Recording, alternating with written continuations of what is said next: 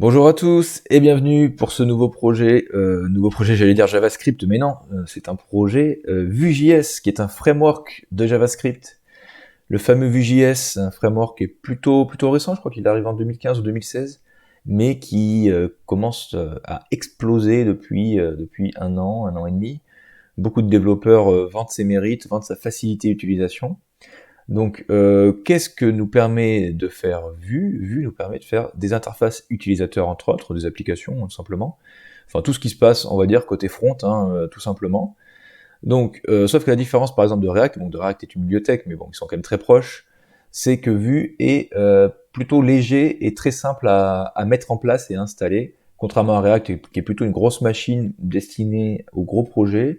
On a à l'inverse Vue, qui est un framework assez léger, qui peut s'adapter à n'importe quel site. Si jamais vous dites, tiens, j'aimerais bien faire une navigation plus dynamique sur mon site vitrine, eh bien regardez, là, nous sommes en train de naviguer, regardez l'URL en haut, là, ça bouge. Eh bien, cette navigation, elle se fait en 5 minutes avec Vue. Donc voilà, si vous avez des sites qui bougent pas trop, enfin, ou si vous voulez présenter quelques pages, la navigation Vue.js peut vous être utile. Donc voilà. Autre avantage de Vue, bah, tiens, faisons une recherche. Et voilà, recherche très dynamique, bien sûr. Et regardez, là, il y a écrit quoi? Il y a écrit un résultat. D'ailleurs, je vois que j'ai pas le « et » accent, bon, c'est pas grave. Il y a écrit un résultat. Et si jamais il y en a plus de 1, il y a un S qui apparaît. Voilà, donc c'est peut-être un détail pour vous, mais quand même, c'est bien.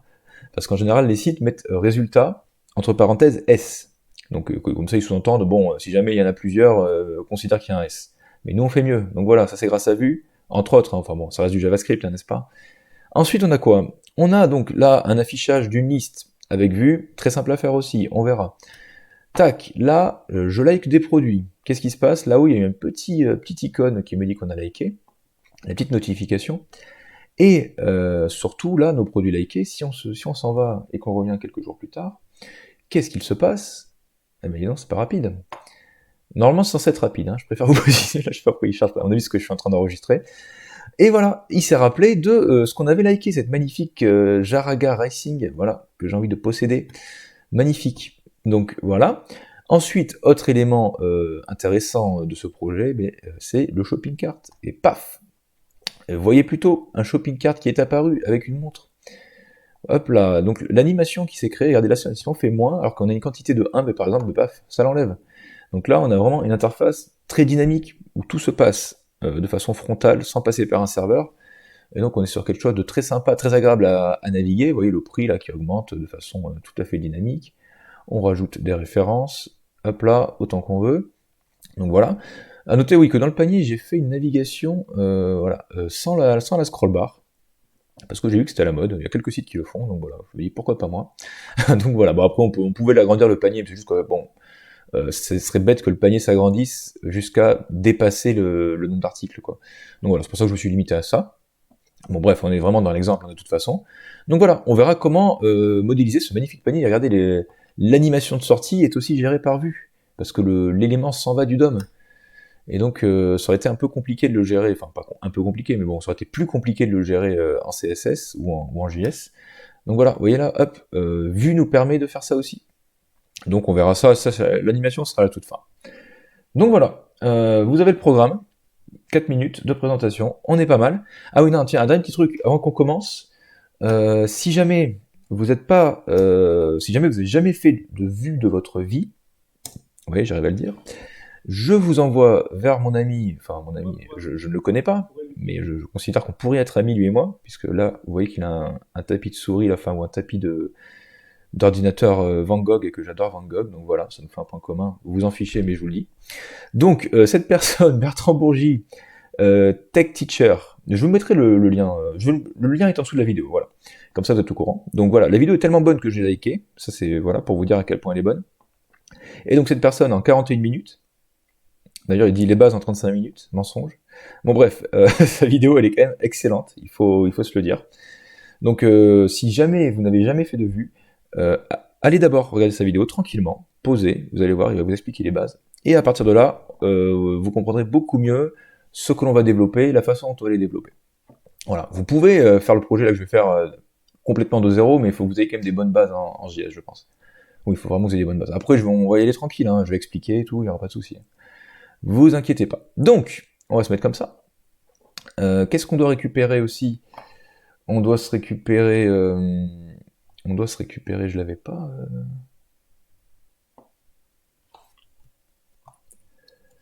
Et non, apparemment je l'avais pas. Donc juste en dessous de la vidéo, vous avez le fichier de démarrage de ce projet. Donc moi que je vais prendre sur mon GitHub. De toute façon, ce que vous avez en dessous de la vidéo, c'est le lien du zip de GitHub, hein, tout simplement. Donc ce fichier-là, on va se l'extraire tout simplement sur le bureau, starting file, paf, paf, ok. Donc, où est-ce qu'il est? Non, il est pas plutôt de ce côté, je crois. Voilà. On va se le mettre comme ça. Ok, donc ce fichier de démarrage, je vais l'expliquer quand même rapidement, avant qu'on se lance sur la première tâche, notre routeur. Donc, hop là, si j'arrive à mettre ça en place, on va plutôt se mettre en grand, non? Comme ça.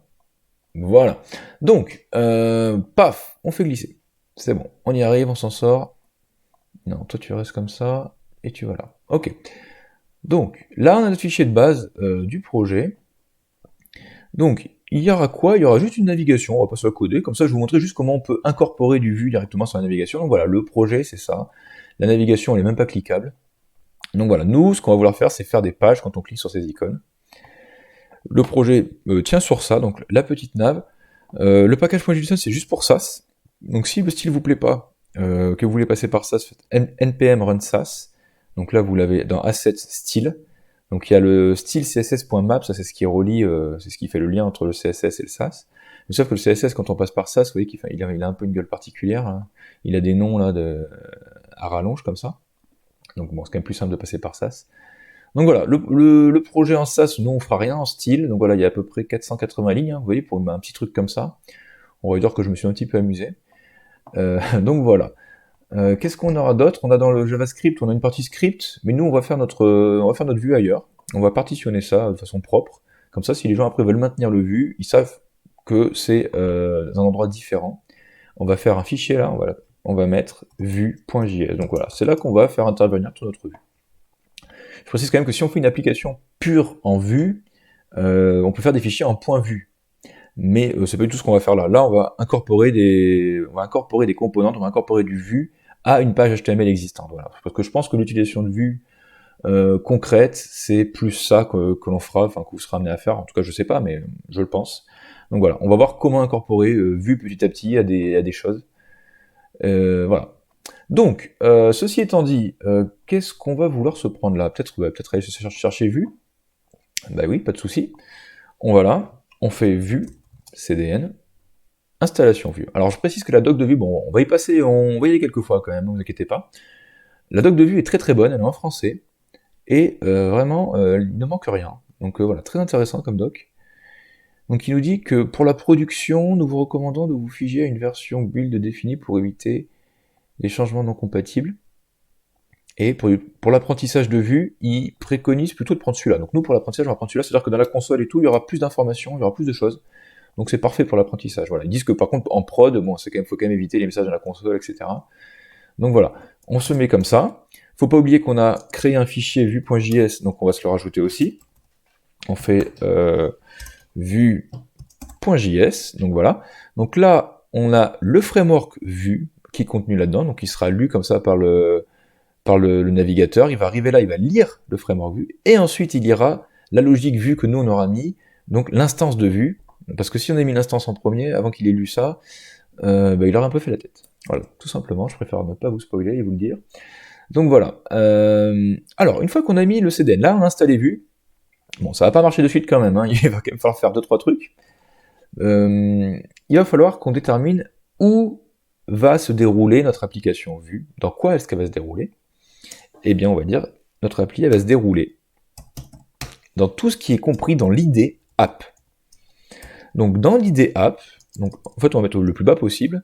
Donc, attendez, je vais indenter, on va faire format document, voilà. Donc là, dans l'IDE app, vous allez voir qu'après on va l'appeler, nous allons mettre toute la logique de notre application. Tout simplement, enfin tout ce qui sera en tout cas géré dynamiquement par Vue. Donc c'est un peu le principe du projet aussi. Donc, comment est-ce qu'on va faire cette instance? Eh bien on va faire const Vue, on va créer une nouvelle variable, est égal new Vue, donc nouvelle instance de Vue. Qu'est-ce qu'il y aura dans ton instance? Il y aura le routeur que l'on va paramétrer après. Donc bon, là pour l'instant il va faire la gueule, il va dire qu'il ne connaît pas. c'est lui qui va nous emmener entre toutes les pages. On aurait pu mettre également des méthodes, moyennant une virgule là, vous allez voir après comment on organise les composants de toute façon, donc je préfère pas vous embrouiller. On va juste se contenter de ça, voilà. On va dire, là, on lui dit, donc, new view du routeur, donc c'est une variable, hein, ça, routeur qu'on n'a pas encore créé là, point, $mount, c'est-à-dire que tu nous montes ton truc, tu nous le montes dans tout ce qui est compris dans app. Donc là, on pointe en faisant point $mount app, on pointe ce qui a été encadré ici, donc tout se passera après à l'intérieur, tout se passera là-dedans, bien sûr, et dans la partie Vue.js, on va coder pas mal de choses aussi. Donc voilà, là on a réussi à pointer ce qu'on voulait. D'ailleurs, le mount, on peut le faire plus tard. On aurait pu faire par exemple vue.mount un peu plus tard et déclamer, enfin dire plein de choses, faire un montage, pourquoi pas asynchrone. Mais nous, bon, on va rester vraiment simple, donc c'est pour ça. Voilà. Ça, c'est des choses aussi pareilles qu'on retrouve dans la doc, hein, pour faire une instance de vue. On fait ça. En général, là-dedans, on met plus d'informations que routeur. Là, nous, on va faire routeur. C'est déjà un bon début. Donc, on va faire un routeur de quoi déjà? Parce que notre routeur, il n'est même pas créé. On va faire un routeur de pages. Et donc, ces pages, ça va être quoi? Ça va être des composants. Donc, on va faire un component homme. Il y aura template. Alors, template, c'est là-dedans que sera écrit tout notre texte de notre page. Donc là, bon, on va faire juste pour l'exemple, on va faire des H1. On va dire homme et H1. Voilà. On va faire comme ça, virgule. En fait, on peut mettre un tas de choses dans ces composants et vous verrez qu'on va les... De toute façon, oui, c'est là-dedans qu'on va travailler après. Là, pour l'instant, je l'ai fait simple, juste pour qu'on fasse la navigation et pour qu'on fasse notre page, d'accord? Donc voilà comment ça se présente. Le composant le plus simple du monde qu'on puisse faire sur Vue, c'est ça. C'est template, c'est qu'est-ce que tu contiens à l'intérieur, et tu as un nom, pour qu'après on puisse t'identifier sur la navigation. Voilà. Après, on peut lui rajouter des méthodes, on peut lui rajouter... Enfin, vous allez voir, on peut lui rajouter donc, de la data, etc. Voilà. Pour l'instant, on va se concentrer sur la navigation. Je veux pas aller trop vite. Donc, on a créé ce component. On se le multiplie. Donc, le deuxième, on va se faire un user... Non, c'était user settings. Voilà, donc les user settings, hein, la page d'authentification, etc. Ensuite, l'autre page, ce sera une wishlist, donc avec tous les produits qu'on a likés, par exemple. Voilà. Et la dernière page, ce sera le shopping cart. Ok. Donc, shopping cart. Voilà. Ok. Donc là, on a 4 composantes. Ils renferment un code extrêmement basique, on est d'accord. Donc nous, on va vouloir que Vue nous... Quand on clique sur notre routeur, que Vue nous dirige vers ces contenus-là. D'accord? Donc, comment est-ce qu'on fait un routage sur Vue? Eh bien, allons voir. On peut taper Vue routeur. Et CDN, tiens d'ailleurs, ce qu'il va nous falloir le CDN. Donc, le framework Vue ne comprend pas tout ce qu'est capable de faire Vue. Et vous voyez que là, le tout premier, là, on tape direct download, installation, tout ça. Là, d'ailleurs, c'est en anglais, tiens. J'avais dit que c'était en français, la doc. Bon, peut-être que tout n'est pas en français, c'est bizarre, je croyais. Bon, peu importe. Là, vous voyez que tout premier qui nous donne, c'est le lien pour avoir le routeur Vue.js. Donc, ok, pas de souci. On va se le mettre. On va se le mettre où? Là. En gros, là, d'abord, il lit le framework, et juste derrière, il va lire le routeur. Et comme ça, nous, dans ce fichier-là, on va appeler le routeur. Donc là, on fait src. Paf. On colle. Ok, donc là, la logique du routeur est ici. D'accord? Mais il va falloir l'appeler maintenant. Il va falloir créer un objet qui gère ce routeur. Donc voilà, on commente, même si on devine très rapidement que c'est un routeur, puisqu'il va s'appeler const routeur. Et on va dire que c'est un new view routeur. Je suis en train de voir que j'ai fait une erreur là. Toujours en majuscule les instances. Voilà, new view, là, donc là on crée une nouvelle instance de vue. Et là on va créer un nouveau routeur, donc view routeur. Donc là tout ça, ce qu'on fait là, c'est dans la doc. Hein. C'est, regardez, où est-ce qu'il commence à nous dire? Non, on va dans l'introduction. Donc là, on est dans le routeur de Vue. Getting starting. Alors, là, vous voyez qu'il nous dit d'abord, vous importez Vue. Après, vous importez le routeur. C'est ce qu'on a fait nous. Hein, on n'est pas chiant. Hein.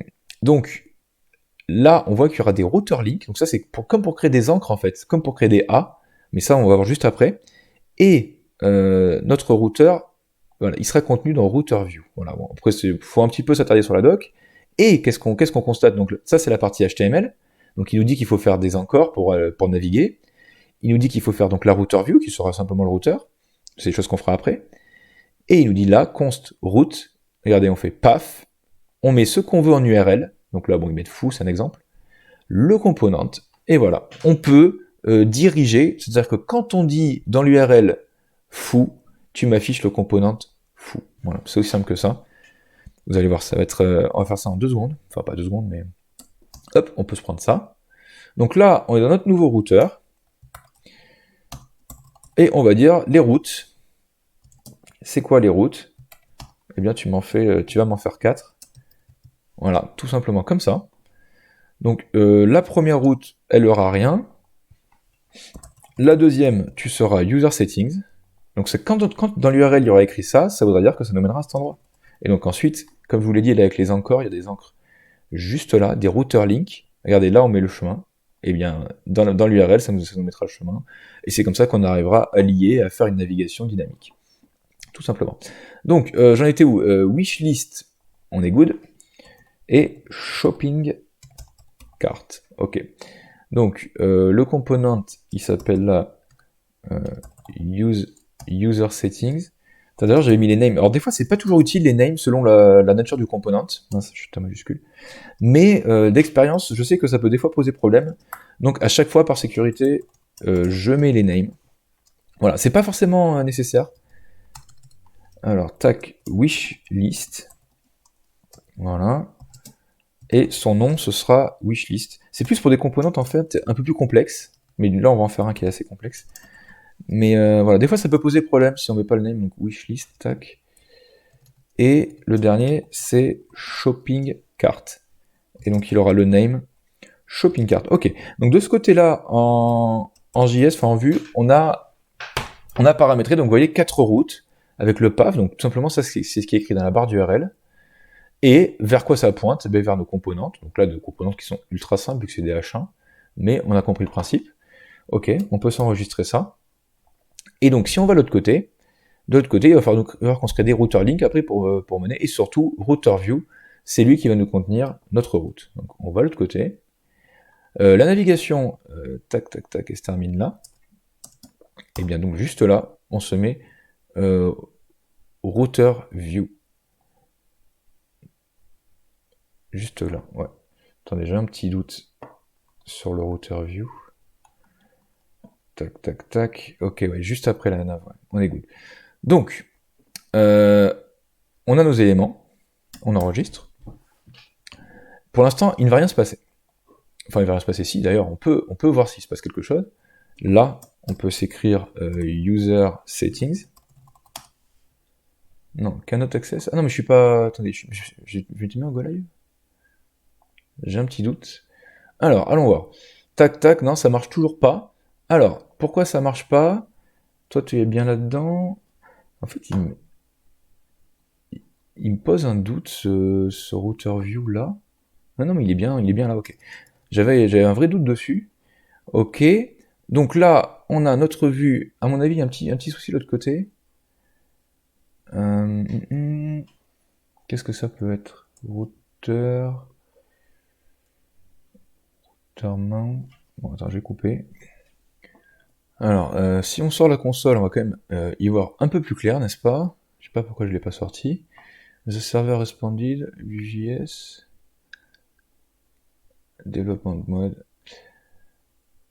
Voilà, là, j'ai pas le bon path. Ok. Ok. Et là, si on enregistre, foo is not defined. À mon avis, j'ai mal copié là, celui-là. C'était homme. J'ai oublié de le reprendre celui-là. Et avec le nom homme. Ok. Donc là, notre navigation, elle est meilleure quand même. Voilà. Et là, on voit homme. Très bien. Essayons user settings. User settings, ok. On a réussi, tiens, je vais juste séparer comme ça. Bon, ça c'est vraiment un détail. Ok, donc maintenant ce qu'on aimerait faire, c'est que quand même quand on clique, allons voir si wishlist marche quand même. J'ai mis un tiret ou pas wishlist? Oui, je crois. Voilà, wishlist. Donc c'est bien, on est content. Donc ça nous emmène vers ces routes, tout simplement. Ces routes qui elles-mêmes nous emmènent vers un component que l'on a identifié. Ces componentes qui eux-mêmes nous emmènent là, vers un contenu. Bon, contenu, vous allez voir qu'on va enrichir un peu, naturellement. Donc, nous, maintenant, ce qu'on va vouloir faire, c'est faire en sorte que quand on clique sur les liens, il nous emmène où on veut. Donc, très bien, là, on a notre navigation. Si on va dans la doc, on voit que là, il y a ce qu'on appelle des router links. Donc, nous, c'est ce qu'on va vouloir prendre, ce sont des router links. Donc, on se met juste au-dessus des endroits à cliquer. Là, c'est avant l'image. Donc, router link. Voilà, attendez, ça, je le sélectionne. Ok, on se le met là. Donc, on enroule l'élément. Et surtout, on lui dit tout. On n'oublie pas de lui dire vers quoi tu dois pointer. Donc, toi, tu pointes vers la page d'accueil. Ok, très bien. On va se prendre celui-ci là. Donc, toi, tu pointes vers User Settings. Je vais indenter après, vous inquiétez pas. Donc, toi, tu pointes vers User Settings. Toi, tu seras Wishlist. Ok. Et le dernier, tac. Tu seras Shopping. Non, il m'a mis fa, très bien. Shopping Cart, ok. Il va falloir quand même les refermer, ces petits trucs. Tiens, on va se prendre ça. Tac, donc on se met là, là, là, ok. Donc là, on formate le document. Ok, voilà. Tout est plutôt pas mal. On enregistre. Et donc là, vous voyez, chaque île, à chaque icône, c'est une icône, ça c'est une icône, ça c'est une image, ils sont tous entourés comme une encre, hein, comme un A, hein, tout simplement, c'est ce que c'est d'ailleurs. Et donc, allons voir si ça marche. Voilà, User Settings, Wishlist, Shopping Cart, Home. Et voilà, messieurs, dames, nous avons réussi. Nous avons réussi à faire cette navigation vue. Donc après, on aurait pu imaginer le contenu qu'on voulait là-dedans. Je vais vous montrer quand même comment mettre du contenu de façon plus, comment dire, mieux que là, par exemple, dans du JS comme ça, de façon un peu compliquée. C'est ce qu'on fera après. Donc voilà, on est bon pour cette première partie. Alors, on a là notre page Home qui est un H1 dans lequel on a écrit Home. Donc voilà, c'est assez limité. Donc ce qu'on va chercher à faire, c'est tout d'abord à afficher une liste. On va afficher la liste de nos articles. Et dans un second temps, on va se les filtrer, d'accord? Donc selon ce qu'on tape, voilà. Si on tape n'importe quoi, ça mettra n'importe quoi, etc. Et donc voilà, ça va chercher en temps réel, grâce à une fonction qu'on aura mis dans Computed. Donc je vais expliquer tout ça.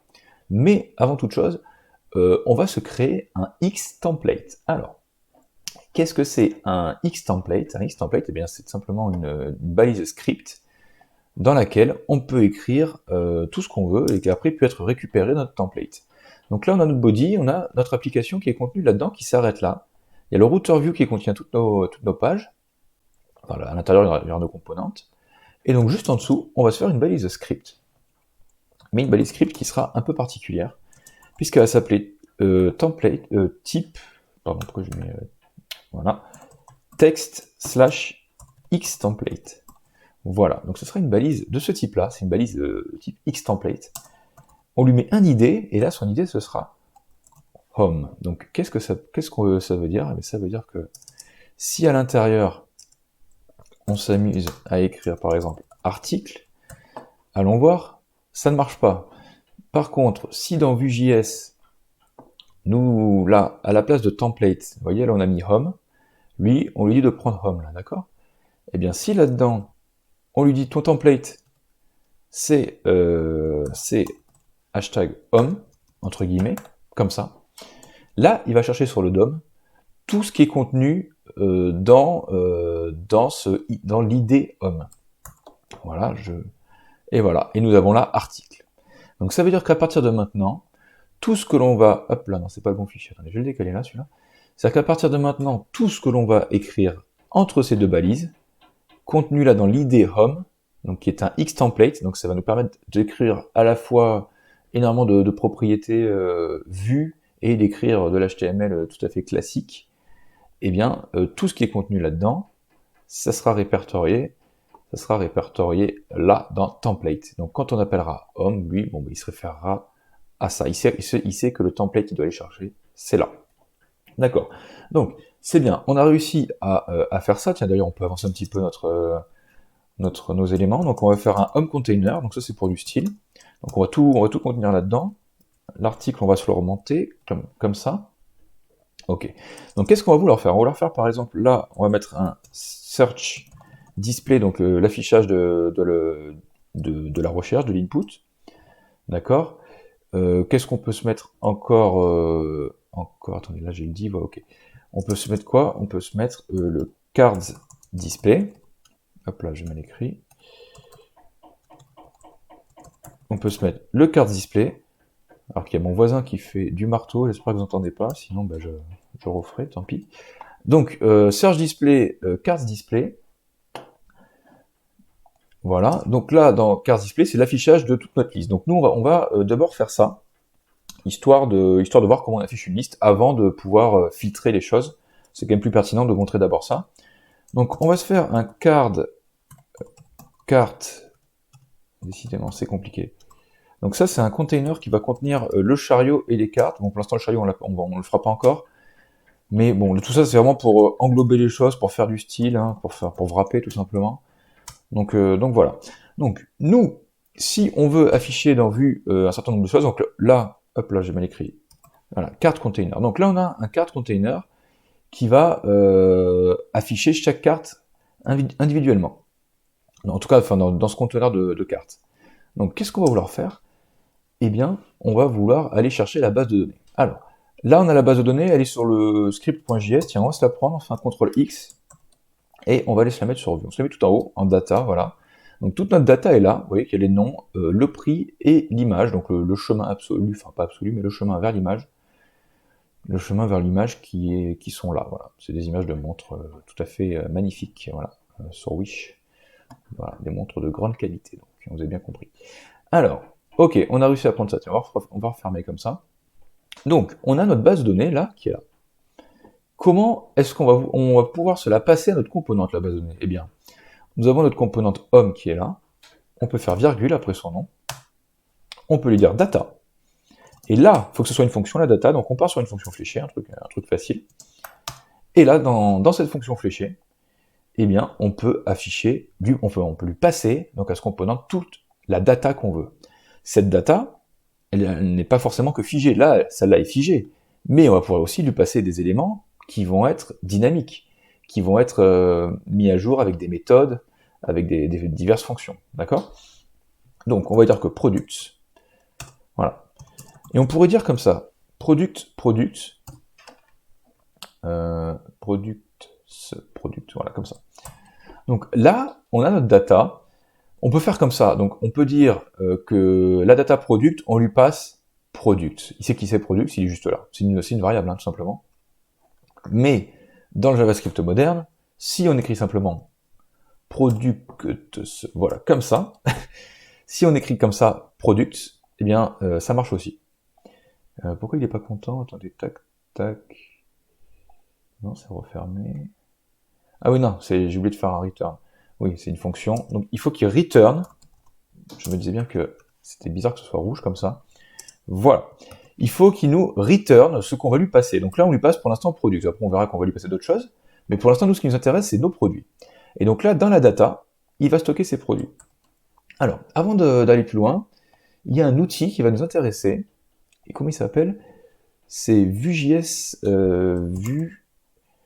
DevTool Plugin Chrome. Voilà. Bon, on va dire que voilà, il s'appelle Vue.js DevTools. Et donc ce DevTool, il va être vachement pratique. Moi je l'ai déjà, donc voilà, je ne l'ai pas installé, mais je vous invite à le faire. En tout cas, c'est vraiment très pratique. En fait, les console logs sont un peu compliqués à faire en Vue. Il faut un petit peu créer des fonctions, etc. Enfin, c'est un petit peu moins facile qu'en pure.js. Donc, ce qui est très pratique, c'est que quand on travaille sur Vue, d'avoir l'inspecteur Vue, enfin le LED pour Vue. Où est-ce qu'il est? Il est là. Hop là, on peut pas se le rapprocher un peu. Tiens, on va se mettre là. Donc, ce Vue là, le plugin qui va nous aider, le DevTool, regardez ce qu'il nous répertorie tous nos éléments qu'on a.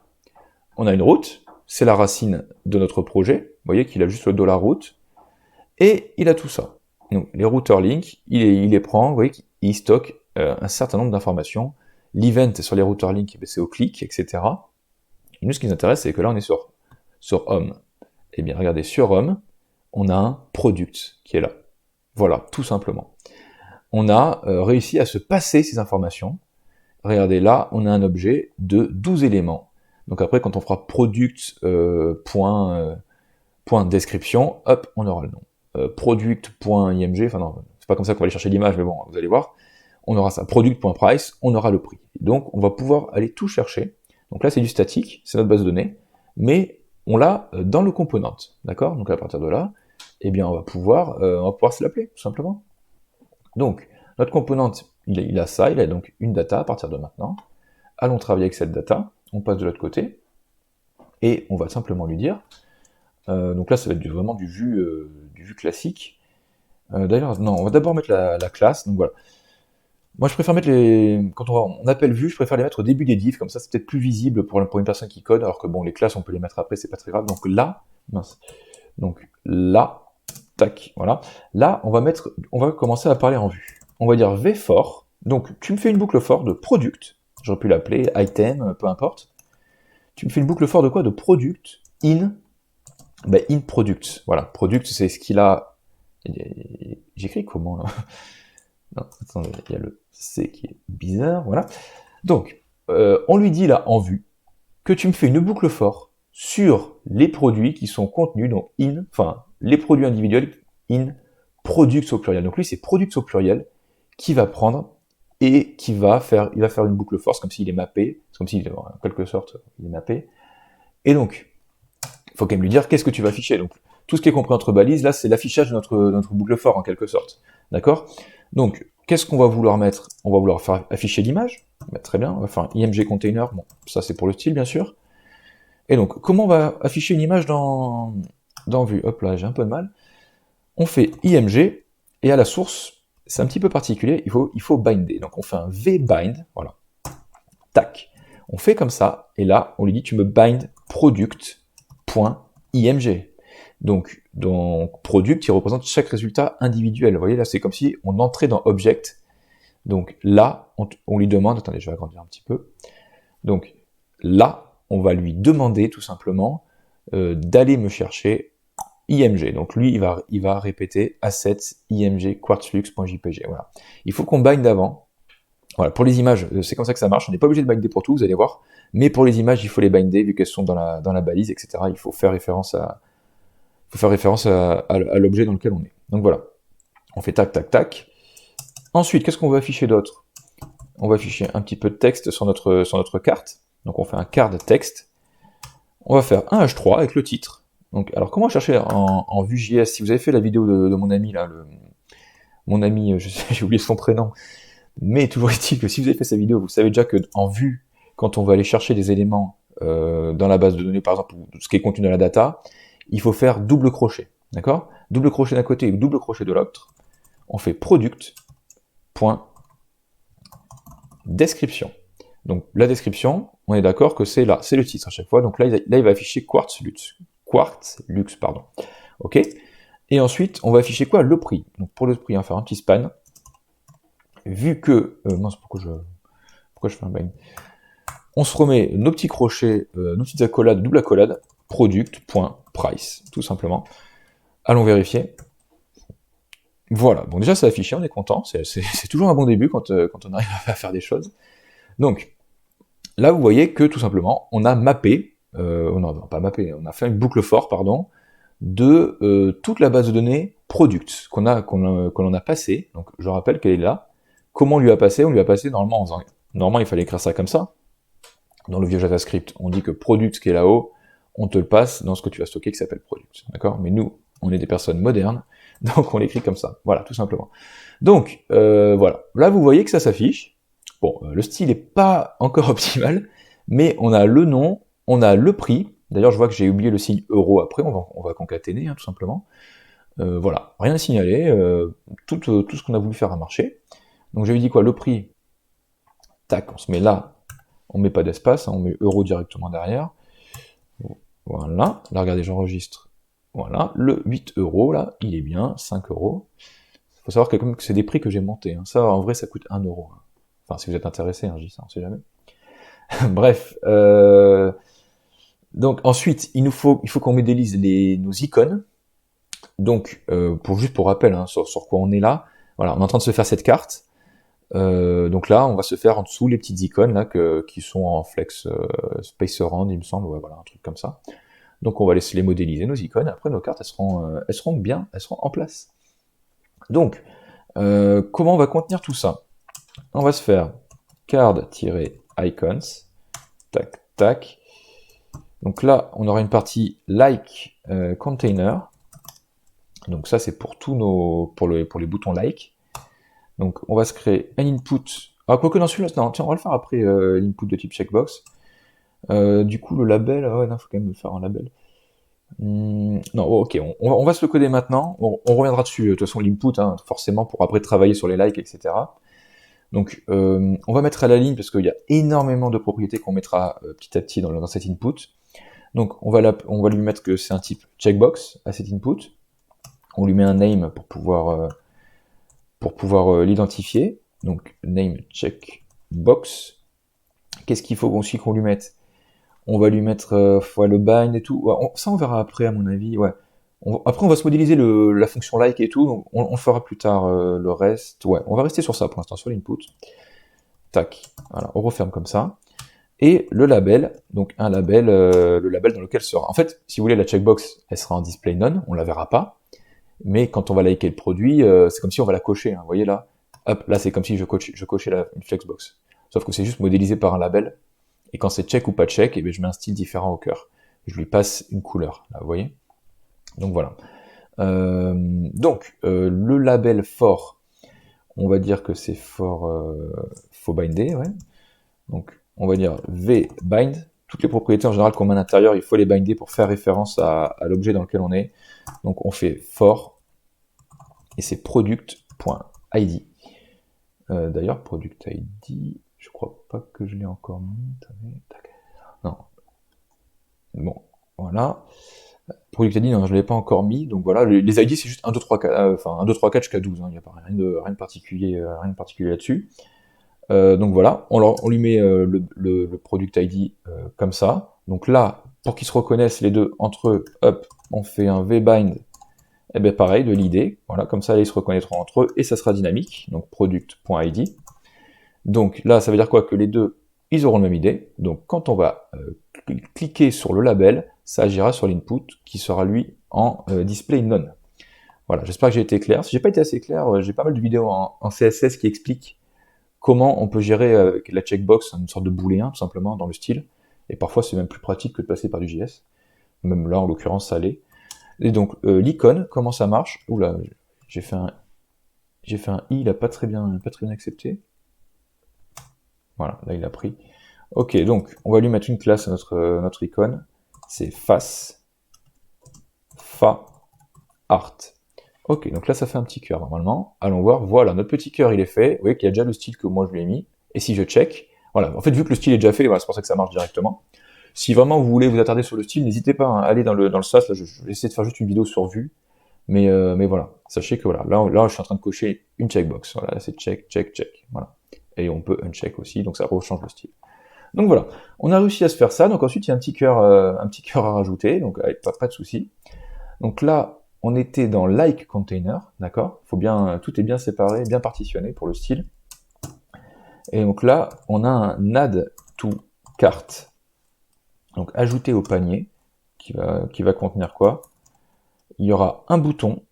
Pour l'instant, on fera après la logique du bouton. Ouais, c'est un peu trop tôt là pour la faire. Donc on aura un bouton, clac, avec à l'intérieur un fa shopping cart. Voilà, ça c'est du Fontosum. J'avais intégré Fontosum au début du projet. Voilà, il est là le CDN de Fontosum. Donc voilà, vous l'avez là. Donc ça nous permet d'avoir des icônes. Voilà, on a notre petit chariot. Bon, si je clique dessus, vous vous doutez bien qu'il ne se passe rien. Mais on a réussi, sans trop d'erreurs, à se modéliser tout ça. D'ailleurs, je suis assez content de voir que je ne me suis pas trompé sur mes classes. Donc voilà, nous avons réussi à lister nos éléments. Alors attendez, hop, on va s'indenter correctement. Voilà, cette partie-là est terminée. Donc, ce que l'on va chercher à faire, ça va être à faire une recherche de nos éléments, donc à travers cet input. Alors, pour gérer une recherche, pour gérer une logique, hein, tout simplement, sur cette liste, eh bien, il va falloir que l'on ajoute un peu de logique à notre composante. Alors, on va tout simplement aller dans Vue.js, dans Vue.js, pardon, et on va se rajouter la logique. Alors, pour ajouter la logique, il y a deux façons. Il y a, de toute façon, deux façons qu'on va voir dans ce projet, ne vous inquiétez pas. On peut soit faire computed, on met deux points, et là-dedans, on lui passe toutes les méthodes qu'on veut. Ah, je vais mettre une virgule là, il faut quand même bien séparer chaque élément. Donc là, voilà, la data est séparée. Donc là, on a computed, hop, et on peut faire virgule. Et là, on peut se stocker les méthodes. Donc une méthode, hein, c'est une fonction que l'on appelle dans des cas précis. Donc la différence entre les deux, elle est très claire, de toute façon vous allez vite voir la différence, c'est que computed, en fait, c'est un peu comme un event listener. Enfin, c'est un peu comme si Vue, il surveillait les changements en permanence sur le DOM. Et donc ça, c'est l'une des forces de Vue, il fait ça très bien. Et alors que méthode, on va lui passer des fonctions aussi, mais ces fonctions-là qu'on va lui passer, elles ne seront appelées que si on clique sur un bouton, ou que si on fait telle action, enfin un truc précis, d'accord? Alors que computed, lui, il va se contenter de surveiller. Donc voilà la petite différence, la différence entre les deux en tout cas. Donc, qu'est-ce qu'on va chercher à faire là maintenant? On va chercher à récupérer une recherche d'un utilisateur. Donc on va la mettre, cette recherche, enfin le filtre en tout cas, on va le mettre dans computed, c'est-à-dire qu'on va surveiller en temps réel à chaque fois ce que veut l'utilisateur. Donc, dans la data, on va se stocker une search key, donc la clé de recherche, donc ça va être ce que l'utilisateur va taper. Donc nouvelle variable, et celle-là sera dynamique, cette variable. Autant là, product, ça bouge pas, hein, c'est ce qu'il y a là-haut, autant là, search key, on va vouloir faire quelque chose de dynamique, d'accord? Donc, ah tiens, pourquoi il me dit method product is not defined. Search key is not defined. Data. Ouais, bah oui, attends, on va y aller, mon petit. Je sais pas, non, ça on le mettra après, du coup. Je sais pas si ça va me faire des erreurs ou quoi. Bon, le computed, on va le remplir après. Donc, search key. Ah oui, non, mais il faut lui dire ce que c'est. On va dire que c'est un truc vide. Oui, effectivement, non, il faut quand même lui dire ce que c'est. Donc là, c'est des strings vides. Donc il sait que c'est un string. Il attend quelque chose de tout à fait classique, hein, une sorte de concaténation de caractères tout à fait classique. Donc voilà, on lui passe ça comme information. Regardez, là j'enregistre, normalement il fera moins la gueule, voilà. Donc search key, c'est pour l'instant des caractères vides, mais que nous on va essayer on va essayer de mettre des choses à l'intérieur. Et donc là, regardez, on a search key dans notre vue là, si on veut s'amuser à regarder. Et donc pour l'instant il n'y a rien. Donc nous, qu'est-ce qu'on va chercher à faire? À se créer un input qui transmet ces données à search key. Et vous allez voir qu'avec Vue, on fait ça avec une facilité déconcertante. On se met là, et là il y avait search display, vous voyez. Donc ça c'est ce qu'on a à coder en suivant. Eh bien, créons-nous un input de type search, cet input. Et donc je lui dis que moi les trucs vus, je les mets devant en général pour qu'ils soient identifiables assez facilement. Et donc on lui dit que tu as un vmodel. Et ton vmodel, c'est search key. Et donc, attendez, on va juste se terminer de taper les propriétés qu'il y a à l'intérieur. Donc il y a un ID aussi search. Qu'est-ce qu'il a d'autre? Il a un placeholder dans lequel on dit à l'utilisateur donc il peut éventuellement rechercher. 3 petits points, voilà. Et je crois que j'avais mis un autre truc, oui, c'est autocomplete, ouais, pour pas qu'il me propose n'importe quoi à chaque fois, des mots qui n'ont rien à voir. Autocomplete. Off. Tac. Ok. Donc notre input, il tient sur ça. J'enregistre, et en fait là on a mis vmodel search key. Donc ça veut dire que en faisant ça, vmodel search key, je vous jure que c'est vrai, ça marche. On va là dans Vue, et bien là, notre data search key, elle évolue en fonction de ce qu'on tape à l'intérieur. Donc vous avez vu hein, comment c'est facile de connecter deux éléments. Je peux le prouver. Là, on tape, et là, vous voyez, il y a des éléments qui se rajoutent. Voilà, on fait ce qu'on veut, et ça ajoute en temps réel, grâce à notre ami computed, il prend tout ce qu'il y a là-dedans. Enfin non, d'ailleurs, on n'a pas encore utilisé computed, mais c'est après pour faire la comparaison avec ce qu'il y a sur le DOM. Et donc, vu qu'on arrive à avoir la recherche de l'utilisateur, et que là, on a toute une série de choses, eh bien, il va juste falloir comparer la description, faire un filter, hein, tout simplement. Il va falloir faire un filter par rapport à search key, et tout ce qui correspond à la fiche. Voilà. Donc, comment faire ça? Eh bien, on va aller rajouter de la logique. Donc, dans notre... D'ailleurs, on était là. On va aller se rajouter de la logique, donc dans computed. voilà, ici même. On va lui mettre une fonction filtered list, donc la liste filtrée, on va dire, en quelque sorte. Donc cette filtered list, donc la liste filtrée, qu'est-ce que tu nous retournes? Tu fais un 10.product, donc là, on appelle product qui est là, d'accord? C'est le 10, donc c'est homme.product, d'accord? Point filter. Et donc à partir de là, on va filtrer chaque élément, donc on va les appeler product, on peut appeler ça item, hein, comme on veut. Donc chaque produit individuel, je veux que tu me le compares, je veux que tu regardes si ça correspond à ce qui est dans l'idée, dans le search input, pardon. Donc on met product.description.méthode tout lowercase, ça c'est pour s'assurer que même si l'utilisateur tape tout en majuscule, etc., ça ne bloque pas la recherche, donc on passe tout en lowercase, et on fait un point include, donc qu'est-ce que ça doit inclure? Eh bien ça doit inclure 10.searchKey, donc je rappelle, 10, on est dans home, enfin on est dans data en quelque sorte, on va dans searchKey, donc là ça évolue ça en temps réel, searchKey, on l'a vu là, juste là, donc 10.searchKey, par contre, il faut quand même vérifier que tout soit bien en minuscule, tout lowercase, paf, et voilà. Donc, ouais, ça se présente comme ça, tac, tac, tac, et elle se referme là, donc là je mets une virgule pour après en mettre d'autres plus tard, voilà. Ok, donc en faisant ça, filtered list, on arrive à surveiller tout simplement, enfin ça nous renvoie tout ce qui a été filtré en quelque sorte. Filtered list, c'est ça qu'il nous fait. Donc très bien. Filtered list est une liste d'éléments en fait qui ont été filtrés vu qu'on lui demande de nous retourner ça. D'accord? Donc si filtered list est une liste d'éléments, au lieu d'afficher là product in product, on va dire tu vas m'afficher product in quoi? In filter list. Filter red list. Voilà, comme ça. Ça veut dire quoi? Ben, ça veut dire tout simplement, donc product in filter list. C'est-à-dire que là, c'est comme si avant d'afficher je suis en train de m'embrouiller. Là, au lieu d'afficher directement product, on applique un filtre, et c'est après ce filtre qu'on commence à nous faire notre boucle for, sur tout ce qui a été gardé par le filtre. On enregistre, et on a un message d'erreur. Alors, allons voir. Pour partir, méthode machin is not defined. Donc filter red list, il ne la connaît pas, elle n'est pas définie. Eh bien écoutez, on va aller vite voir où est-ce que je me suis trompé. Donc là j'ai mis compute. Voilà, c'est computed. Décidément j'ai beaucoup de mal à taper, c'est pas nouveau. Ceux qui connaissent mes vidéos le savent. Donc voilà. Normalement là, il est content. Faisons un test. Voilà. Messieurs, dames, nous avons réussi. Bon, et par contre, bon, maintenant, il va falloir qu'on affiche un petit peu de comportement à notre recherche, c'est-à-dire, si on a un certain nombre d'éléments, mettre le nombre de résultats là sur le côté, donc éventuellement mettre un S ou pas, ça je vous l'ai expliqué, et s'il y a 0 résultat, bien sûr, mettre un texte pour indiquer qu'il y a 0 résultat. Mais bon, là vous avez vu qu'on a réussi à filtrer un tableau entièrement, enfin oui c'est ça, un tableau, on a réussi à se le filtrer avec cette petite fonction, en récupérant tout ce qui est recherché là-dedans.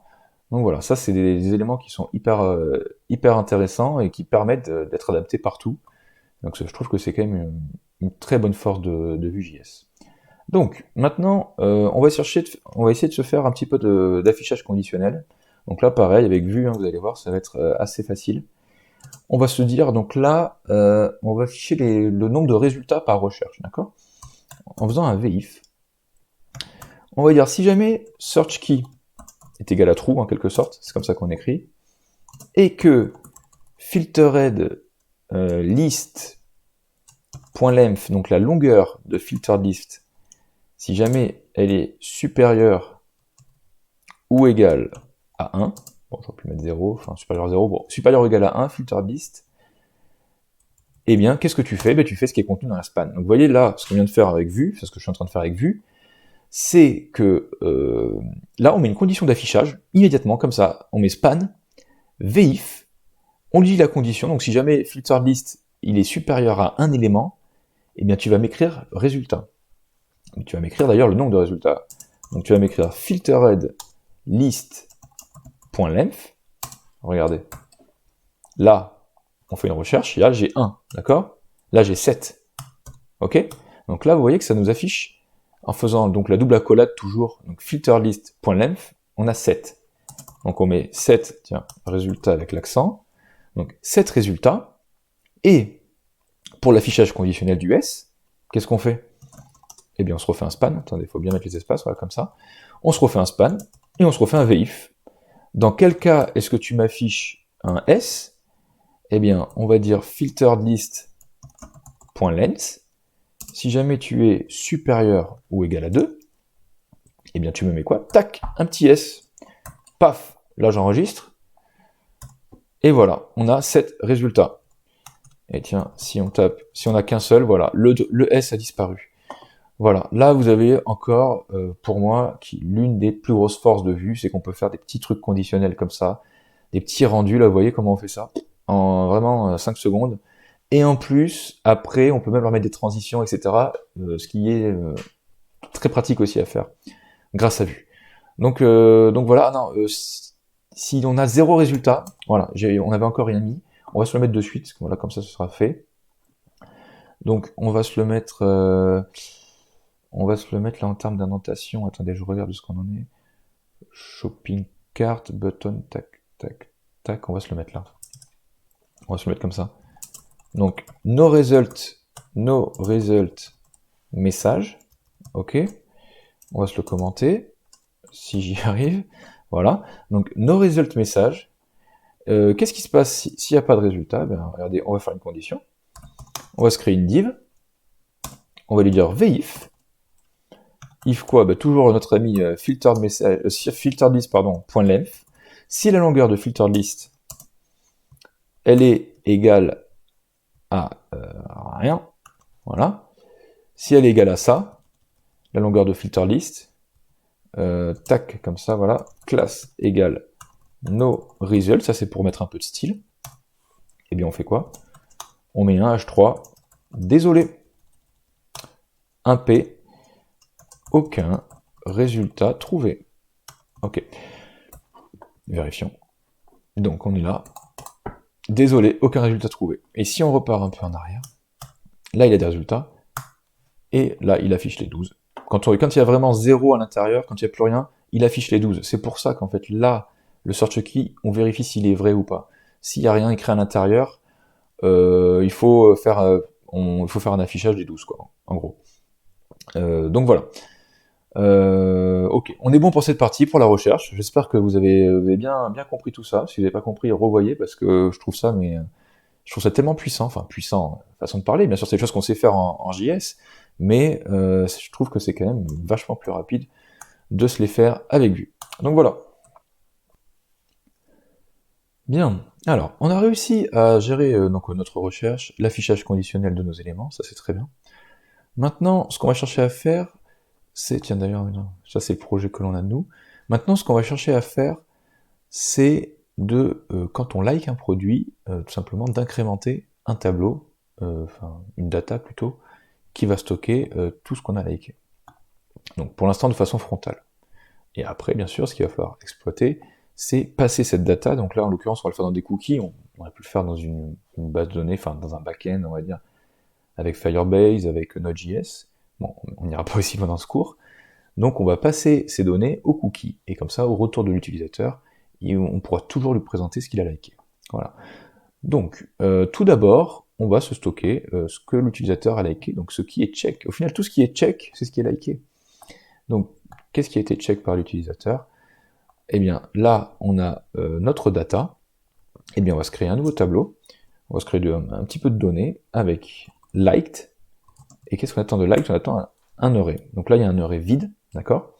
Bien sûr, après, on aimerait qu'il se remplisse un petit peu de façon dynamique.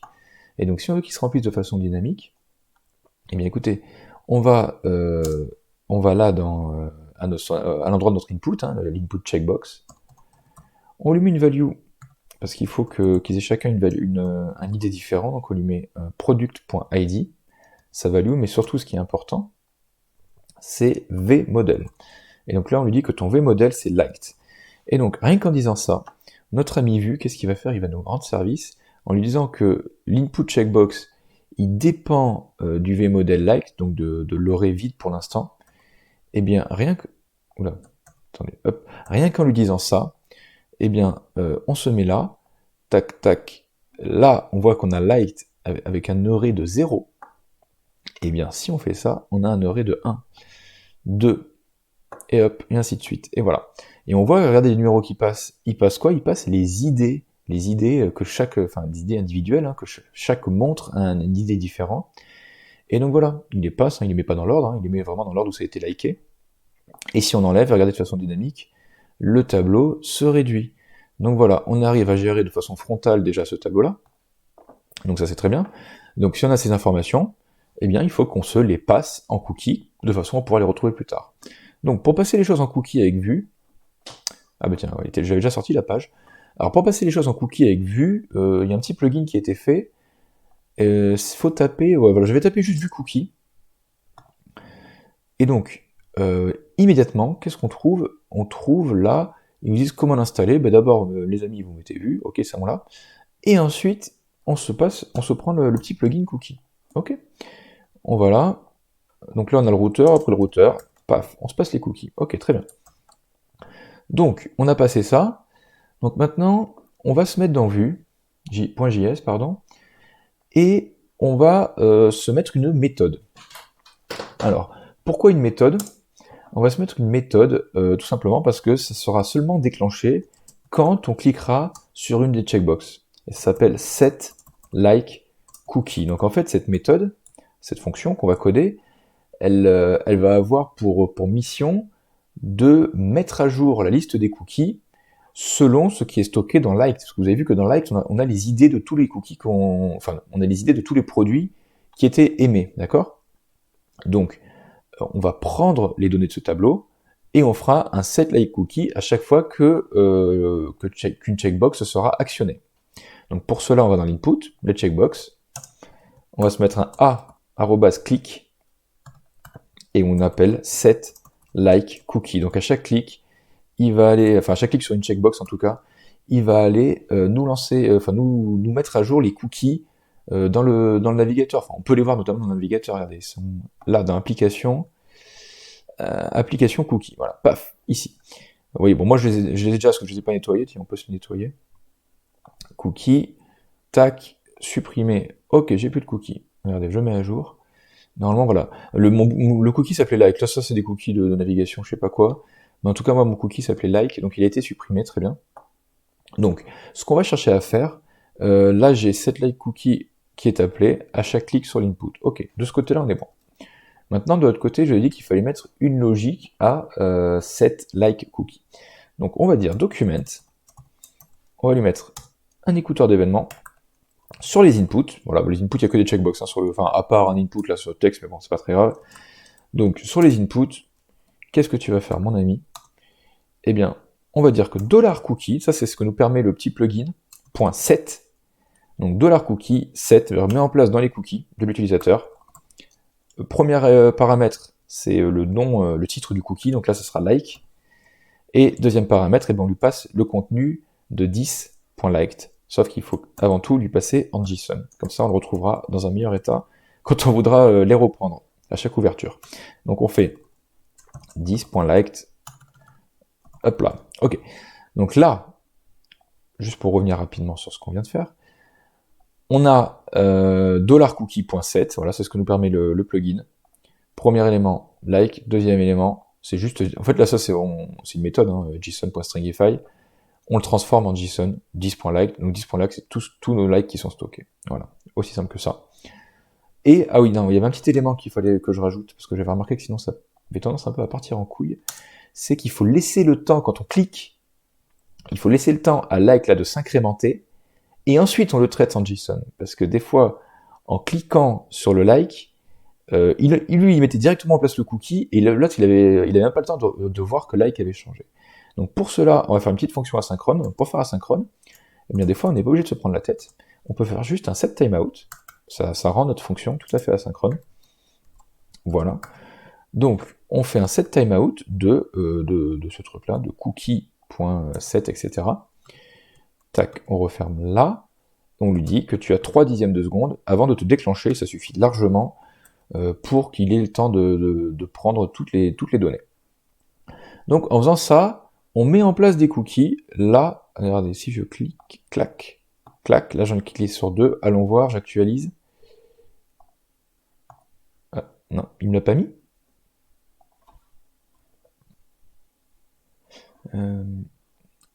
Il a pas mis parce que j'ai fait une faute de frappe, c'est cookies. Voilà, c'est là $cookies.7 à mon avis, c'est ça. Regardons, alors, ok, l'icon, tac, tac, et voilà. Là, il m'a mis like, format JSON, donc pas très lisible, effectivement, mais là, on saura se la récupérer, vous inquiétez pas, en faisant un JSON.parse. Donc voilà, on arrive, en cliquant comme ça, à injecter des cookies. C'est bien, mais il va quand même falloir qu'on se les récupère, ces cookies. D'accord? Donc, eh bien, là, on a fait un set cookie, donc pour se récupérer des cookies, eh bien, il faut faire un get cookie, enfin get like cookie pour être précis. Donc ça, le get like cookie, on se le met en computed, d'accord? Ça sera là, enfin oui, ça va surveiller en quelque sorte. Clac, on se le met là, virgule, paf. Donc on va dire get like cookie. Vous allez voir qu'en fait on va le paramétrer pour qu'il se lance à chaque début de page et comme ça on récupère les produits qui ont été likés par la personne. Vous allez voir comment on fait ça. Donc on va faire d'abord un cookie value qui sera égal à quoi cookie value? JSON.parse. Donc là, on récupère du JSON et on se le transforme pour le JavaScript. Donc là, il va se récupérer tous les idées. Il va parser quoi? Il va parser cookies.get. Vous voyez? Là, on avait fait cookies.set. Et là, on fait cookies.get. Donc là, il va aller chercher get de quoi? Du tableau, enfin de l'entrée là qui s'appelle, du name là qui s'appelle like. Voilà. Il va aller nous chercher cet élément-là. Donc là, c'est stocké dans cookie value, tout ça. Magnifique. Et bien ensuite, qu'est-ce qu'on va dire? On va faire une petite fonction ternaire, cookie value. Si jamais t'as rien dans cookie value, on dit que 10.liked c'est du vide. Sinon, 10.liked égale cookie value. Donc, en gros, en faisant cette petite fonction ternaire, on va injecter ou non. En fait, like, il est toujours vide au début quand on va lancer notre page en front, d'accord? Mais en faisant un cookie value, voilà, en checkant, je veux dire, si cookie value est nul, bon, s'il est nul, on reste sur 10.like comme ça. En revanche, d'ailleurs, j'aurais pu mettre des guillemets vides, hein, je crois, mais bon, c'est pas très grave. En revanche, si il y a quelque chose, donc s'il n'est pas nul, eh bien, on passe tous les cookies que l'on a là, qui ont été parsés, donc qui sont en mode JavaScript, on les passe à 10.like. Et donc 10.like, d'un coup, il a plein d'éléments. Il a des éléments, et donc il peut nous montrer les cœurs qui sont check. C'est comme ça. Donc, petite chose quand même, parce que là, quand on va charger la page, ça va toujours pas marcher. Parce que getLikeCookie, il est certes en computed, mais au tout début de la page, il se lance pas, lui il surveille, on va dire, en quelque sorte. Donc s'il ne se lance pas, eh bien c'est à nous de lui dire, et pour ça, il y a une façon de le faire avec vue. Donc après computed, après méthode, virgule, on va se mettre mounted. Et donc mounted, c'est ce qui monte hein, tout simplement des composants. Hein. Donc on va lui dire tac, tac, tac. Donc voilà, on se le met comme ça. Mounted, qu'est-ce que tu nous montres? Ça veut dire qu'à chaque lancement de page, lui, il va lancer ce qu'on va lui dire de le faire. Donc là, en l'occurrence, il va lancer get like cookie. Donc il va récupérer les cookies, il va les injecter à like, et c'est comme ça qu'on se retrouve avec notre utilisateur qui a ses cookies directement quand il arrive sur la page. Voilà, là je viens de voir que ça a marché parce que vous voyez qu'il me les a déjà mis. Donc voilà, regardons dans vue, tac, on se met comme ça. Là, on a un array de 0, paf, paf. Là, on a un array, peu importe, hein, de 4. On part de la page, on revient. Là, il fait toute cette tambouille, bon, ça allait trop vite. On est revenu, en fait, quand il a monté le component, il a fait immédiatement mounted, get like cookie, donc il a monté immédiatement ça. Il a récupéré les cookies qui étaient stockés, donc on les a stockés, comme tout à l'heure je vous ai montré dans l'application, là. Là, like, vous voyez, là, sur un JSON un peu bizarre, enfin, c'est même pas du JSON d'ailleurs, là, cette façon d'écrire, je sais pas ce que c'est. Enfin bref, on se le récupère, et on se le monte, et voilà, notre utilisateur voilà, a tout récupéré, c'est comme ça qu'on peut gérer les cookies, tout aussi facilement, avec notre ami Vue. Voilà. J'espère que vous en savez un peu plus, on n'a toujours pas fini. Qu'est-ce qu'on a après? On a, je crois, oui, on a là le carte, quand on clique là-dessus, on va avoir un magnifique shopping cart qui va arriver. Alors, juste pour revenir là sur nos éléments, je suis en train de remarquer que quand on like des produits, il n'y a rien qui s'affiche là-haut. C'est parce que je m'étais amusé au tout début du projet, dans le fichier de base, à changer un nom, et j'aurais pas dû. Là, c'est celui-là, navnotif, là, un ID. Donc on va se l'appeler navnote. Voilà, donc ça c'est juste le navnote, c'est la notification, le petit point rouge qui apparaît quand on like quelque chose, et donc dans script.js, j'ai codé un petit bout de code aussi. Il faut mettre navnote aussi, hop là, non, avec la... Voilà. Donc là, voilà, si un produit qui est liké, là-haut, hop, on voit que ça apparaît, donc on est content. Voilà, c'est juste le petit truc. Donc j'ai codé ça avec du JavaScript pur, enfin très classique. C'est-à-dire qu'au chargement de la page, on check tous les inputs de la page. Donc les inputs, c'est que des checkbox à part un input ou dans lequel on peut mettre du texte, peu importe. Et donc après on fait une boucle for sur tous ces inputs. On vérifie que si jamais un de ces inputs là, si jamais checkbox de i, donc un de ces inputs il est checké, eh bien on renvoie true, donc cette fonction renverra true ou false. Et donc là on check, si jamais elle est true, on met visible pour le point rouge, si jamais elle est false, on met hidden et donc on le voit plus. Voilà, c'est juste un petit trick comme ça, un petit bout de code, parce que sinon pour coder des choses comme ça, entre les pages, pour se transmettre des informations, faut quand même passer par un truc back. J'ai vu que c'était possible à faire en vue, mais que c'était extrêmement complexe et que bon, là ça se prête vraiment à faire du back, hein, quand on veut transmettre des données à des pages, c'est beaucoup plus pratique. Donc voilà, si après vous voulez par exemple aller plus loin dans le site, il faudra passer par du Firebase ou par du Node et transmettre les données, voilà, tout simplement. Tiens, là je suis en train de voir que le cœur n'a pas pris. Hop, très bizarre. Hop, on se met comme ça. Et si on recharge la page, non, il y a bien, c'est bien pris. Ok, très bizarre.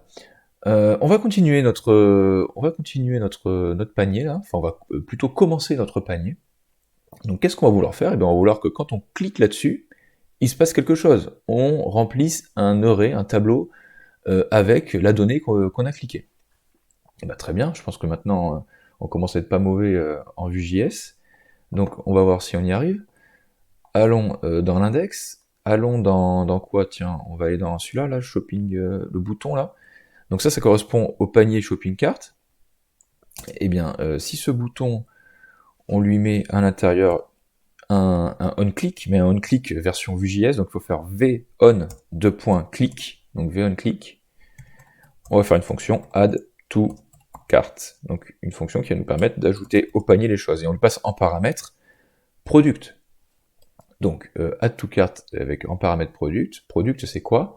C'est product in filter list. Donc, dans tous les produits filtrés, chacun individuellement, c'est product. Donc, comme ça, on va pouvoir récupérer son ID, son prix, toutes ces choses-là. On passera ça en paramètre de la fonction add to cart, fonction qu'on n'a pas encore préparée. Pas de souci. Donc, si on veut faire un chariot, il faut que dans la data, on se rajoute un élément. On va dire carte. Carte, ça sera quoi? Ça sera un array. Donc voilà, donc cet élément-là, il évoluera, au fur et à mesure qu'on va cliquer, il va se remplir d'éléments. Et donc nous, on n'a plus qu'à se préparer notre petite fonction, donc ce serait une méthode, hein, elle se déclenchera au clic. Donc on se met là, virgule, et donc on va se coder cette petite fonction, add to cart de product. Donc là, on aurait pu mettre ce qu'on voulait hein, dans le paramètre. Là, le paramètre, c'est celui qu'on lui passe de l'autre côté. Donc j'ai appelé le même nom, comme ça il n'y a pas de confusion. Et donc on se récupère toutes ces informations de product, on va faire un 10.cart pour faire appel à la data, donc c'est data.cart en quelque sorte, et on va lui mettre push, on va lui dire, bah, tu vas me pusher, qu'est-ce que tu vas pusher à l'intérieur de ton tableau? Eh bien on va dire que id ça sera product.id, ok, on va dire que img ça sera product.img, etc. Donc description, ce sera product.description. En fait, on passe toutes les informations qu'après on veut retrouver dans le panier. Donc il y aura aussi un prix, donc product.price. Donc voilà, on passe toutes les informations. Et dernière information, une quantité. Donc quantity, et on met 1. C'est-à-dire qu'à chaque clic sur le panier, ça rajoute 1 dans tous les cas. Ok. Donc là, on enregistre. Donc notre panier, il est fait. Maintenant, si on veut que ça s'affiche, si on veut qu'il s'affiche là, de ce côté, eh bien, pas de souci. On va aller se le paramétrer. On va dire tac tac tac, on va se mettre là. On va commenter un peu. On va dire carte display, donc l'affichage du panier. Paf. Enfin du chariot. Enfin en français on dit panier, c'est vrai qu'en anglais on dit chariot. Donc là, qu'est-ce qu'on va faire? On va faire des choses assez basiques. On va faire un VIF, c'est-à-dire un affichage conditionnel. Donc on va mettre une div avec la classe shopping cart, avec l'id shopping carte, voilà. Et donc pour faire un affichage conditionnel, si jamais de ce chariot, on fait un VIF. Donc si carte, donc data.cart, hein, ce qui est de l'autre côté, c'est supérieur à 0, eh bien tu m'affiches tout ce qu'il y a à l'intérieur. Voilà, ça c'est ce que permet Vue, c'est de faire des choses hyper facilement. Donc là on va toujours rien voir. Il faut qu'on avance un peu. On va dire tiens, toi tu seras panier. Donc là je pense que rien qu'en faisant ça on va voir des choses, mais bon, c'est pas très... Hop. Voilà, là vous voyez que le panier est arrivé. On voit pas encore le produit. Donc par contre le panier s'est affiché parce qu'on a un truc dans notre carte, ça va très bien. Donc nous ce qu'on va vouloir faire, c'est faire quand même un petit peu plus de choses. Donc on va se dire encore une division avec la classe item. Donc là devant, pareil, quand je fais des propriétés vues, je les mets devant. On va faire un vFor product in carte. Donc notre carte, c'est les produits qu'on stocke à l'intérieur. Et product, c'est ce qu'on va développer à la suite. Donc on fait un product in cart. Est-ce que j'oublie quelque chose? Non, je crois pas. Ah oui, non, faut binder. Non, ça on fera après, le binder là. Ok. Et donc là-dedans, on va s'afficher nos éléments. On va dire image container. Donc il y aura un conteneur d'image. La source, vu que c'est du Vue, faut binder, vu que c'est une propriété à l'intérieur, donc on fait un vbind 2.src égale product.img. Donc là, ce sera pour afficher l'image du panier. Allons-y, cliquons, regardons. Là, bon, voilà, l'image est affichée. Je suis en train de voir que, à mon avis, la classe n'est pas passée parce que c'est un peu moche. Je l'avais appelé img container et item. Non, la classe, ça a l'air d'être passée. Un peu bizarre tout ça. On va avancer, on va voir si ça a vraiment marché. Donc on va faire item description, pareil, ça c'est pour le style. Donc là, on va se mettre le nom de notre produit, donc double accolade. Là, on n'a pas besoin de faire un vbind, on fait juste double accolade, on sait que ça fait référence à product qui est là, il n'y a pas de souci. Donc on fait un product.description. Ensuite, il va nous falloir quoi? Il va nous falloir son prix. Donc pas de souci. On se le prend en double accolade. Product.price. On concatène euro à la fin. Voilà. J'enregistre. Est-ce qu'on va mieux y voir là? Non, ça n'avait pas passé le style. Là, je confirme que c'est pas passé parce que c'est quand même un petit peu moche. Donc, alors attendez, je vais me relire rapidement. Shopping cart, là on est bon. Item, on est bon sur ça. Ah oui, non, il y avait une classe avant. Parce que oui, ça c'est un truc qu'on mettra après sur le style. On va faire un item group. Et à mon avis, c'était ça qui déconnait. Parce que ça nous servira après plus tard pour la transition. Hein, je vous le dis dès maintenant. Mais je préfère vous le montrer à la fin, la transition. Je préfère qu'on se concentre vraiment sur les choses les plus importantes, la logique, etc. Et là, si j'enregistre avec mon item group, voilà. Vous voyez que là, on a une animation avec le prix qui s'est affiché, on a le nom du produit et une petite photo. Hop, et si on clique, voilà, il y a tout qui s'affiche, on est content. Ça, c'est bien. Alors par contre, regardez, si j'appuie plusieurs fois, vous voyez, ça met tout le temps le même produit et ça le met à la suite. Nous, c'est pas ça c'est pas le comportement qu'on va vouloir, n'est-ce pas? Donc, après, on fera les petits icônes là juste après. Mais nous, ce qu'on aimerait faire quand même d'abord, c'est de vérifier si le produit est déjà dans le panier, de prendre la quantité, de faire un plus un, au lieu de toujours ajouter la même référence, vous voyez? Donc, pas de problème. Pour faire ça, on retourne dans notre petit vue.js, et on va se faire une boucle for, on va checker. Donc, on va dire, donc ça se déclenche toujours au clic sur le panier, hein, tout ça, d'accord? Donc on va dire quoi? On va dire check if already in array. Donc si c'est déjà dans l'array, ne fais pas un push, parce que sinon ça, voilà, ça va créer ces doublons là insupportables, n'est-ce pas? Donc on dit boucle for classique, hein, let I, on part de 0 s'il te plaît, et tu vas jusqu'à 10.cart.length, donc la longueur du tableau, et I++. Bon, on est sur la boucle for, vous me direz tout à fait basique. Donc on va faire un if, si jamais 10.cart de I, son ID seulement, donc 10.cart de I, il est égal à product.id, je rappelle que product.id il est passé là-dedans, c'est au clic, il récupère l'ID et il le passe comme ça, donc à product.id. Si jamais tu repères que l'ID est déjà présent donc dans notre carte, eh bien tu me return 10.cart, donc le i, celui sur lequel on est, quantity, tu me fais plus. Voilà, donc vu qu'il a retourné après, la fonction s'arrête. Sinon tout ça passe, et si donc ça retourne false en quelque sorte, on joue ça. D'accord? Paf, j'enregistre, vérifions. Donc là, on a appris la jarre à gare. Bon, attends, on va prendre celle-là. Donc là, voilà. Là, je clique dessus. Bon, on n'a pas la quantité qui s'affiche, donc on peut pas voir. Mais je vous le dis, elle se rajoute. D'ailleurs, on peut aller vérifier dans Vue. Hein. C'est vrai qu'on peut s'en servir. Voilà. Donc là, on a dans carte, on a l'objet numéro 0, c'est la jarre à gare, racing. Quantity 1. L'objet numéro 2, on a la current sport. Quantity 12. Voilà, on voit que je me suis un peu énervé au clic. Donc voilà, et vous voyez que si j'appuie là sur jarre à gare, tac, on peut aller la voir. Ah non, faut revenir. Hop, là, la jarre à gare, il y en a 6. Donc voilà, on arrive déjà à faire en sorte qu'il n'y ait que une ligne par référence dans le panier. C'est déjà très bien.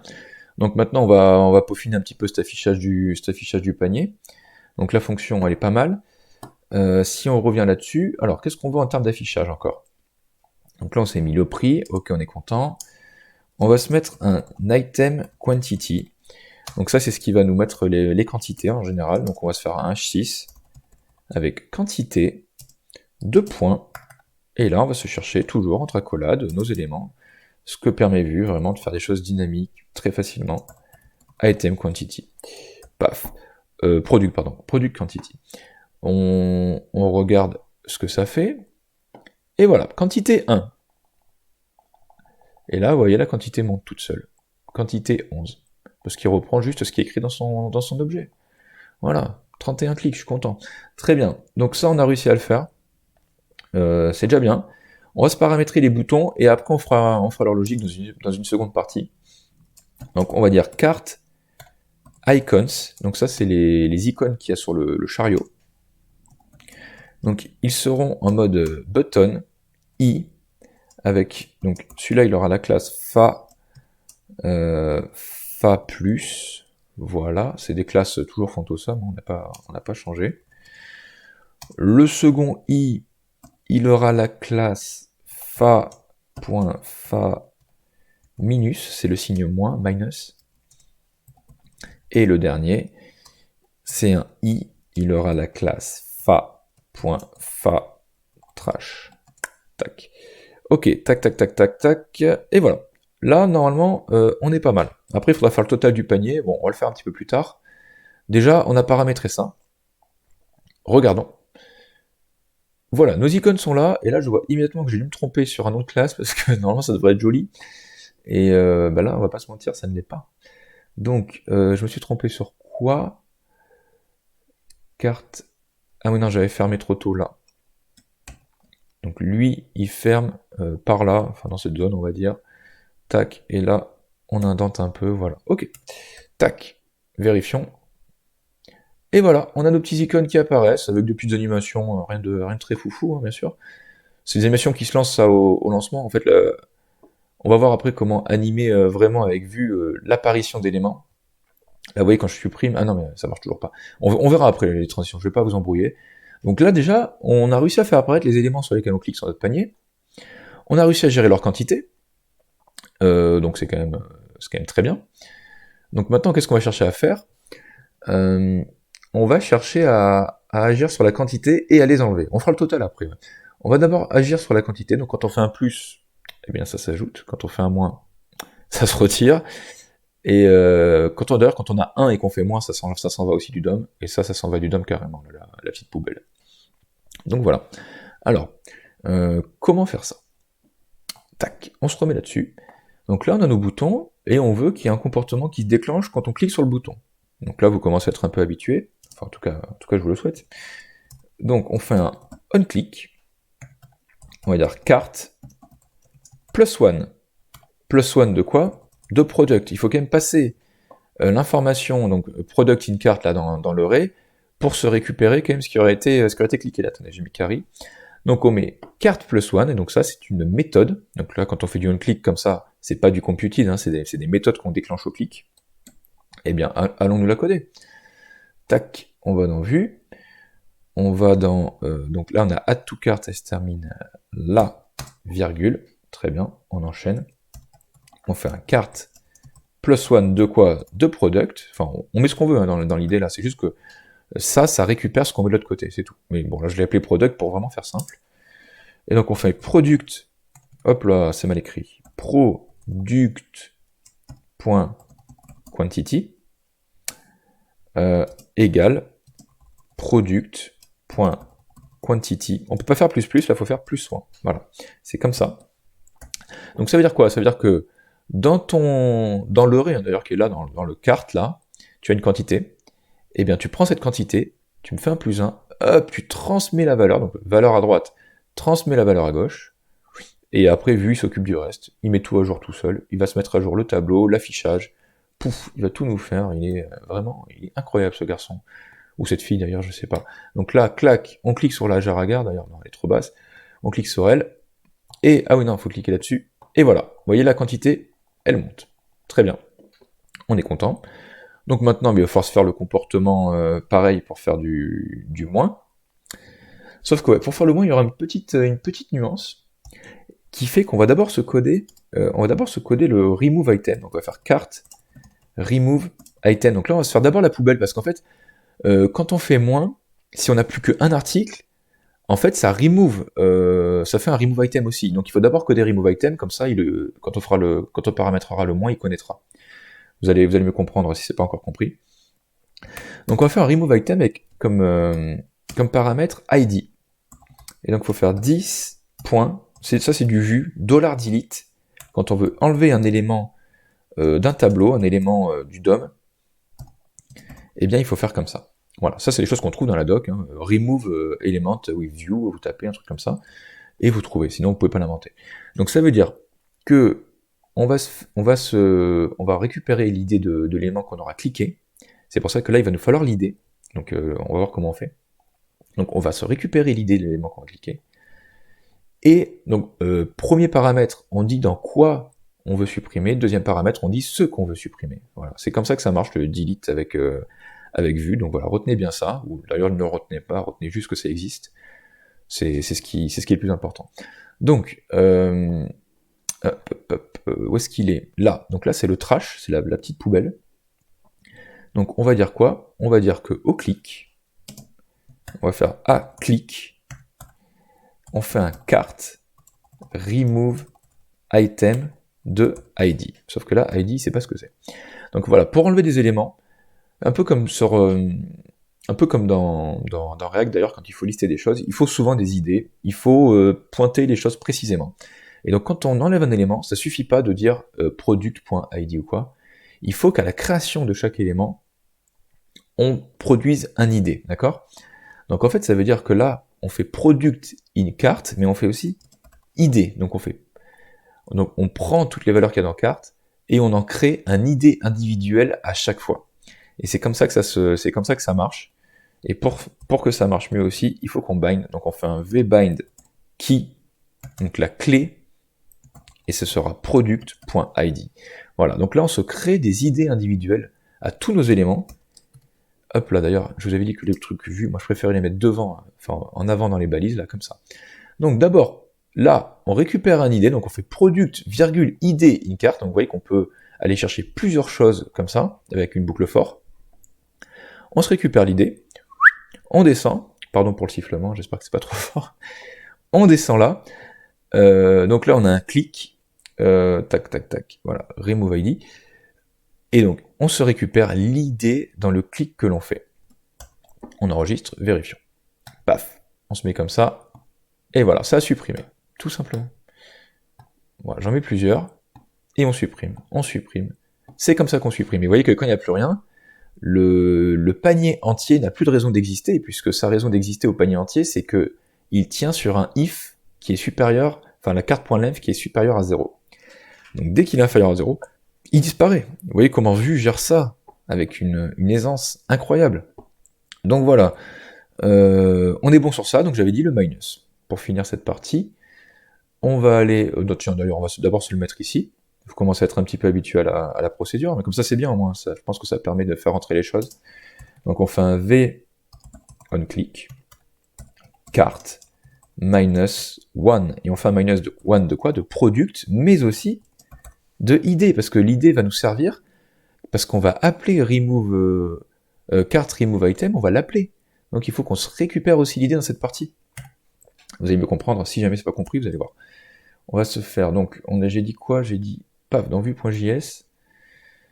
Donc là, on a le +1, on a le remove, donc entre les deux, histoire que ça suive un peu l'ordre, on fait un carte minus 1, donc moins 1. On passe product, et on récupère id. Hop là, il faut mettre une petite virgule pour bien séparer les fonctions entre elles. Et donc là, on va l'interroger. On va dire if product.quantity c'est 1, eh bien qu'est-ce que tu fais? Tu fais pas un moins 1. Tu m'enlèves le produit. Donc tu fais 10.cart remove item et tu lui passes id en paramètre. C'est-à-dire que cette id qu'on récupère de l'autre côté au clic, eh bien, comme ça, on est capable de lui transmettre à remove item. Et lui, remove item, hop, il se récupère l'id, il sait ce qu'il doit supprimer. Voilà, c'est comme ça que ça marche. Quand on retire un élément, il faut penser toujours à l'id. Enfin, de toute façon, c'est écrit dans la doc, ne vous inquiétez pas. Donc, on fait tac, si jamais il est égal à 1, on l'enlève du panier. Sinon, on fait un product.quantity, voilà, très classique, est égal à product.quantity moins 1, paf, paf. Regardons, alors, pef, pef, pef, pef, pef, pef, ok. Donc là, on en a 4, on fait moins 1, là, on fait plus, ok, c'est bien, tout marche. Si on va jusqu'en bas, ben ça supprime, ça appelle le remove. Et vous voyez que les transitions sont assez brusques, alors que j'ai déjà tout codé en SAS, c'est parce que c'est Vue qui va nous permettre de les faire un peu plus douces, notamment pour le panier et pour les articles qui se retirent. Voilà.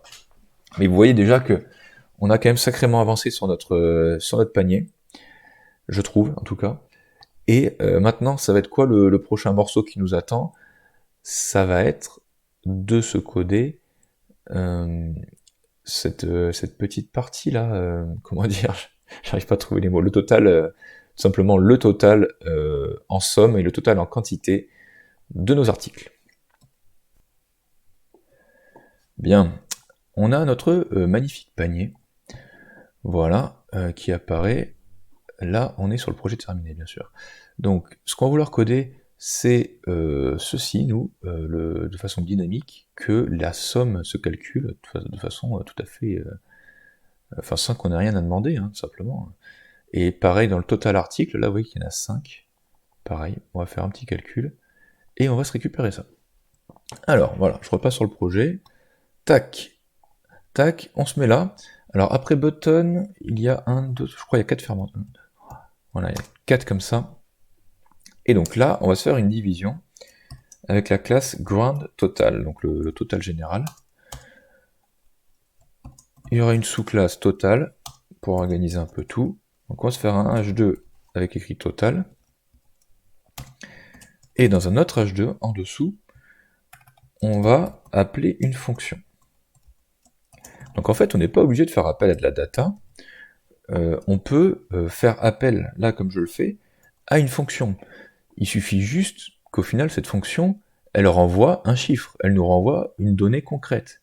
Donc on enregistre, on passe de l'autre côté, enfin on passe sur Vue.js, et donc si on veut que ça surveille l'évolution, on va dans Computed.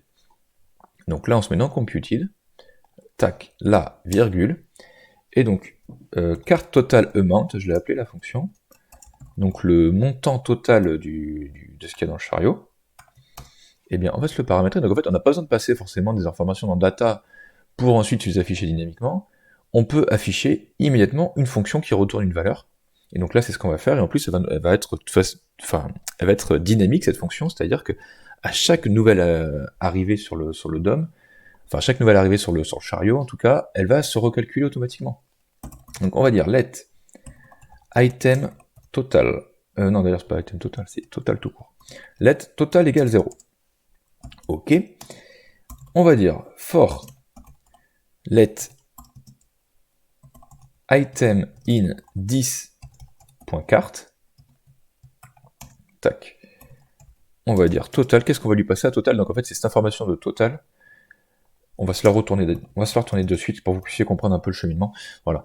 Donc cette fonction, elle va retourner un chiffre, elle va retourner total. D'accord? C'est comme ça que nous de l'autre côté, on peut l'appeler et qu'elle nous retourne exactement ce qu'on veut. Et donc voilà, total est paramétré là. Et donc on va dire pour item, on aurait pu appeler ça n'importe comment, product ou quoi, dans carte. Donc qu'est-ce qu'il va nous faire? On va se faire item total, donc ça va reprendre le total, donc le total, là, il est paramétré à 0 au début, mais vu que c'est computed, ça peut évoluer en permanence, ça c'est une boîte dans laquelle on va stocker le total. Donc si par exemple il a 10, quand la fonction est relancée, elle repart pas à 0, elle repartira à 10. Donc on repart avec le chiffre qu'il y a déjà dans... Mais par contre, j'ai encore écrit item, décidément j'ai un peu de mal. Donc on repart avec le chiffre qui est écrit dans total, et on lui ajoute quoi à ce chiffre? Eh bien on lui ajoute 10.cart de item, donc ça c'est dans la boucle for qu'on a lancé, quantity, fois 10.cart de toujours item, point price. Donc on fait le prix individuel de chaque article, par exemple si ça vaut 10 € et qu'il y en a 4, donc ça, on a 40 €. Donc voilà, il faut faire ce petit calcul là, donc ajouter la quantité au prix, et on prend tout ce total, et on se l'ajoute à total. Donc s'il a 0, ben c'est une opération basique, et s'il est à 20, parce qu'il là il récupère une valeur dynamique, et il la met à jour. Il met à jour total. En fait, total c'est une boîte, hein, et elle évolue, et à chaque fois il nous la renvoie. Et voilà. Donc là j'enregistre, vérifions. Paf, not a number, nan. Déjà ça commence mal. Alors, attendez, parce que déjà je me suis embrouillé tout à l'heure. Tac, carte total amount, on est bon. Donc, for item in 10.cart, on est bon aussi. Tac, attendez, là on referme, total. 10.cart quantity fois 10.cart price. J'ai mal refermé, non? Non, ça n'a pas l'air. Allons voir l'autre côté. Pourquoi il me dit que c'est pas un number? Carte total amount. Et non, c'est un number, je confirme. Donc, réessayons. Not a number. Ok. Je vois qu'il veut jouer à ça. Pas de souci, on sort la console. Il nous provoque. Paf. Alors. Homme. Paf. Donc, on a notre carte total amount qui retourne nan. Et donc là, on n'est pas content. Il retourne nan parce que là, j'ai mal fermé. Mon tableau, oui, c'est juste item. Hein. Donc, oui, pour rappel, on va essayer quand même. Tac, voilà, 3 € là, c'est bon. On est bon sur la somme. Ok. Tac. Oui, on est là, juste pour info, donc on crée à chaque fois un item individuel, donc c'est lui qu'on reprend sa quantité. Là, item entre crochets, on reprend son prix. Et bon, c'est comme ça qu'on trouve qu'on arrive à avancer. Et vous voyez, si on fait moins, si on fait plus, donc là, énorme avantage de vue quand même, c'est qu'on n'a rien à lui dire, cette fonction computed, elle fait tout directement, elle renvoie sur le DOM, hyper disciplinée, et voilà, on a réussi à calculer notre total de façon tout à fait dynamique. Voilà, là ça commence à faire cher comme panier. On voyait qu'on peut monter à l'infini. D'ailleurs, j'ai pas mis séparateur de milliers. Bon, personne fait des commandes à 1000 euros sur Wish, on va pas se mentir. N'est-ce pas? Bref, ok, donc ça on a réussi à le faire. Donc c'est bien. Maintenant, qu'est-ce qu'on va vouloir faire? On va vouloir aussi préciser la quantité totale dans notre panier. Eh bien, créons-nous une fonction qui va pouvoir faire ça. On va dire item total amount, donc le montant total des articles. On va dire let item total, tu es à 0. Et on se lance un for. C'est exactement le même principe que celui du dessus, donc let item in 10.cart. Tac, tac. On dit item total est égal à item total précédent, donc s'il est à 0, bon, on part de 0, mais sinon comme ça reprend le total précédent. Et on y rajoute 10.cart de item, .quantity. Paf. Mince, je me suis trompé. Voilà. Comme ça. Et il ne faut quand même pas oublier une chose, c'est que notre fonction, elle est censée nous retourner. Elle est censée. Attendez, la boucle for, elle se termine comment? Voilà, comme ça. Cette fonction, elle est censée nous retourner un chiffre. Donc là, si on s'arrêtait là, eh bien, on ne serait pas bon. Il faut lui dire return, renvoie-moi item total. Comme ça, quand on va t'appeler, tu vas m'envoyer un chiffre. Comme ça, on n'a pas besoin d'incrémenter la data ou quoi. On peut, de façon immédiate, transmettre cette chose. Donc là, tac tac, on est comme ça. Voilà. Là, on se fait un H6 avec écrit total article. Qu'est-ce que c'est le total article? C'est item total amount. On enregistre. Donc là, on a la diff, tac tac. Qu'est-ce que j'ai fait? J'ai fait une bêtise? Alors, allons voir. Hop, unexpected token const. Tac. Où est-ce qu'il est, mon truc? Donc, item total amount. Merde, c'est quoi qui... Il dit Vue.js 93. Il y a un truc que j'ai mal fermé. Alors, méthode non. Là, c'est là que j'ai mal fermé. Voilà, là, il faut en rajouter une. Ok. Donc ça, c'est bon. Voilà. Alors, on était sur notre total d'articles. C'est reparti. Not a number à nouveau. J'ai encore fait... là, j'ai écrit quantity. Paf. Vérifions. Voilà. Total article 1. Et on monte, on est tout à fait, totalement dynamique, les amis. Voilà. On peut pas faire plus dynamique que ça. Voilà. Donc voilà. Nous avons réussi à paramétrer magnifiquement ce chariot. Je sais pas ce que vous en pensez.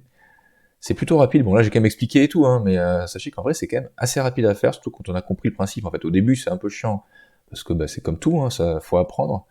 Mais une fois qu'on a pris le coup, eh ben, ça vient tout seul. Donc voilà.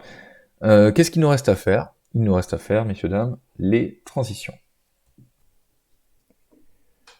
Alors, pour finir ce projet, on va chercher à animer notre carte, notre panier quand il arrive. Là, vous voyez que c'est extrêmement violent. Quand il s'en va aussi, d'ailleurs, on est dans une violence absolue.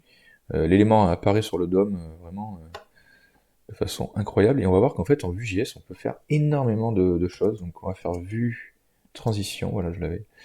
Donc, Vue transition. Et là, on découvre une doc très fournie avec énormément de choses, comme toujours avec Vue. Tiens, c'est quoi ça? Attendez, excusez-moi. Fondu entrant, fondu sortant. D'accord, ah ouais, pas mal. Très bien, excusez-moi, je suis en train de me faire distraire.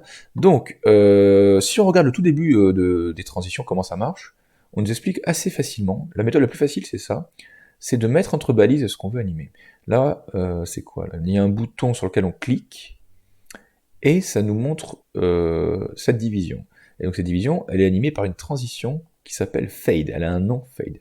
Eh bien écoutez, on va dans on va dans CSS, là c'est juste une instance de vue normale, on va dans CSS, et on tape .fade, donc le nom qu'on a donné, ça devient une classe en CSS, et donc on peut dire enter active, leave active, enter leave to, donc ça c'est enfin il y a 4 en tout, il y a 4 éléments qu'on peut donner, en gros après il y en a plein d'autres qu'on peut mettre, on verra plus tard, mais là il y en a 4 qu'on peut donner, et ces 4 éléments, donc ces deux-là en général, c'est ce vers quoi on va tendre, et celui-là c'est celui de base, c'est avant que l'animation arrive, quoi.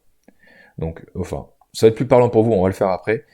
Et donc là, vous voyez, si on clique, il y a une sorte de petite animation qui se déclenche sur l'élément selon s'il est là ou pas. Donc très bien.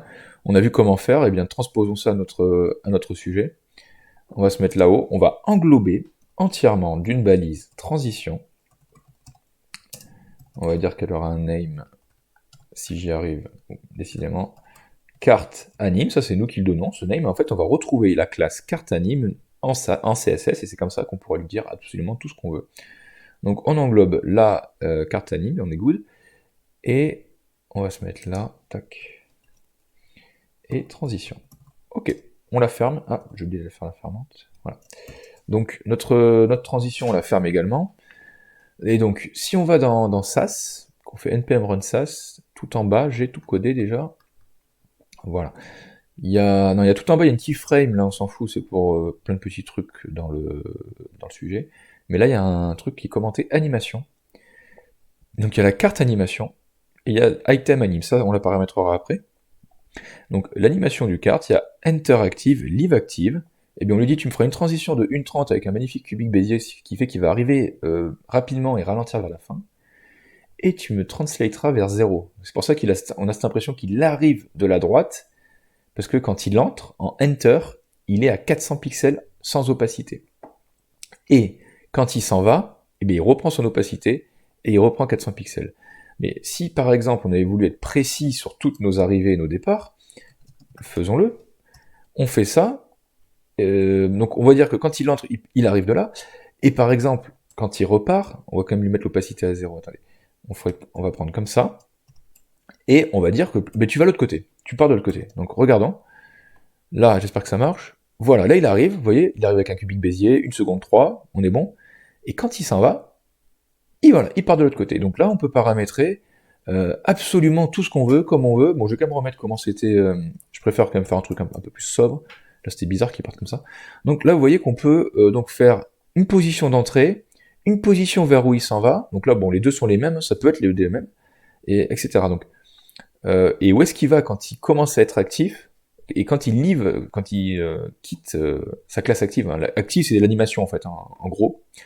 Donc voilà, on peut mettre le temps qu'on veut, on peut mettre plein d'effets, des translate Y, des scales, voilà, peu importe. Je pense que vous avez compris le principe. Et donc, on va chercher maintenant à animer ça aussi. On va chercher à animer nos items individuels, qu'il y ait une petite animation. Donc là, il y a un petit truc à savoir, en plus. Donc là, ça s'anime comme ça. C'est pas ouf, et quand on quitte, voilà, ça s'en va un peu sèchement. Vous voyez qu'il a quitté par là, alors que j'avais sauvegardé, là. Ah non, j'avais pas sauvegardé. Donc, item anime, là c'est un petit peu différent pour ce type de transition. Donc bon, ça c'est des choses qu'on retrouve dans la doc. Hein. Vous avez vu qu'elle est quand même très fournie, hein, voilà. Donc si vous voulez vous amuser, on peut faire des trucs très jolis, vraiment très précis, toujours en respectant des if, des for, donc en ayant un DOM très réactif. Donc on en était où? On était, je voulais animer chaque article individuel qui est ajouté au panier.